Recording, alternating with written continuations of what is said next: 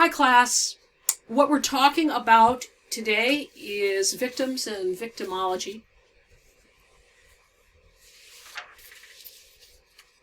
You already know that victimology is the study of the victim's role in criminal events. Don't need to write that down. There are many costs to being a victim. For financial costs, you look to the work of Mark Cohen. A murder costs the culture financially $4 to $11 million. Sorry about that beeping noise. There are emotional costs to being a victim, the costs of lost or damaged property. There are medical costs, wages lost, soul damage. They don't talk about that, but you know what I mean. Also, victims are often blamed, which is more damage. And the book mentions a strange form of cost when victims misidentify perpetrators, and that adds a horrible guilt to their already existing feelings of fear and other feelings such as PTSD, which we'll get to later. Fear because the perpetrator is still out there. There are social costs. There are also social costs to the perpetrators of crime.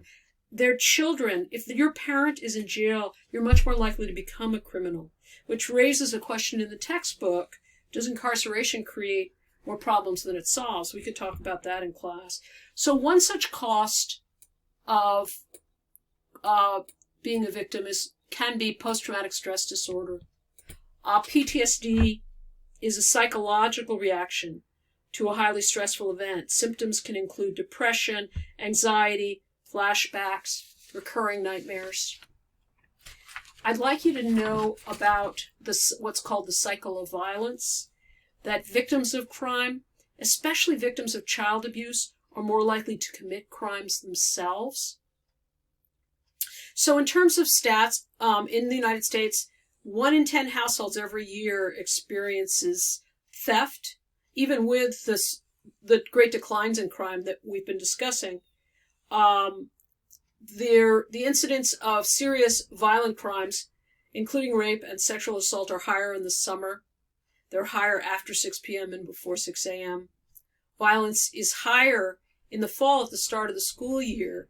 Why? Because the most dangerous segment of society, as the textbook says, is teenage males.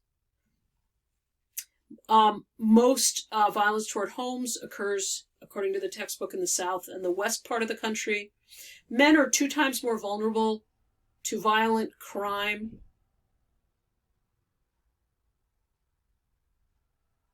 by someone who isn't someone they know.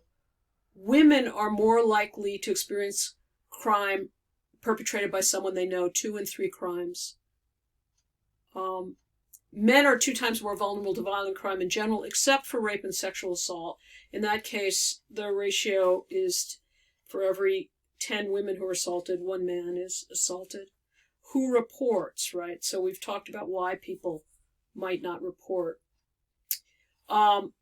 Men are often physical abusers, where women are often verbal abusers with regard to their victims. The disabled are 2 times more likely to be victims.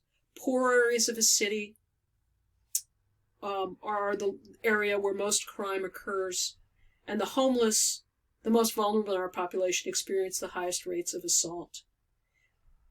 So, interestingly enough, despite what the social media says and what the television says and news often says, most crime is intra-racial. In other words, it occurs within a race. So European Americans are more likely to commit crimes against European Americans. Hispanic Americans are more likely to commit crimes against Hispanic Americans. Asians are more, etc., etc. It's intra-racial, not interracial. So the African American community is 6 times more likely to experience homicide because of income inequality. That's the nut there. That because of income inequality, who lives in the wealthier communities and who lives in the poorer communities. Other things to know, that burglaries happen more in summer. Auto theft happens year-round. Characteristic victims tend to be more likely to be impulsive, risk-taking, lacking self-control, with low tolerance for frustration. interesting to think about. But let's talk about the different theories of victims. Victim precipitation theory. The view that victims actually initiate the confrontation that eventually leads to their injury or death. You can already see the danger of this, of blaming the victim. But there's some interesting ideas in here.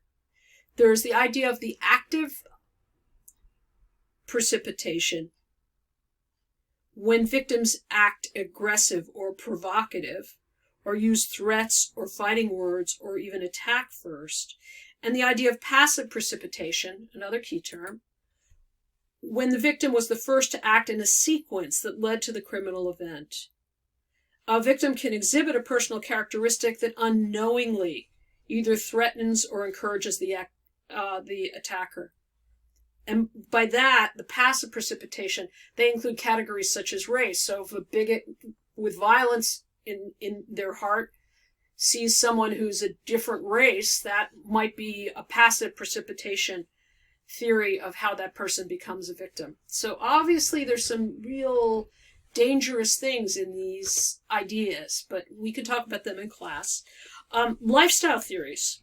The idea that crime is not a random occurrence, but a result of lifestyle. A certain lifestyle increases someone's exposure to criminal offenders.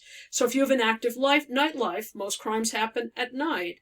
If you spend a lot of time on the streets, a lot of crime happens on the streets. Gang members are more likely to become crime victims. The lifestyle theory at work. The book mentions that, the book mentions that if men wish to avoid victimization, you can hang out with girls and you're much less likely to come to harm. Deviant place theory. The view that victimization is largely a function of where people live. Routine activities theory. The view that victimization results from the interaction of three everyday factors. The availability of suitable targets,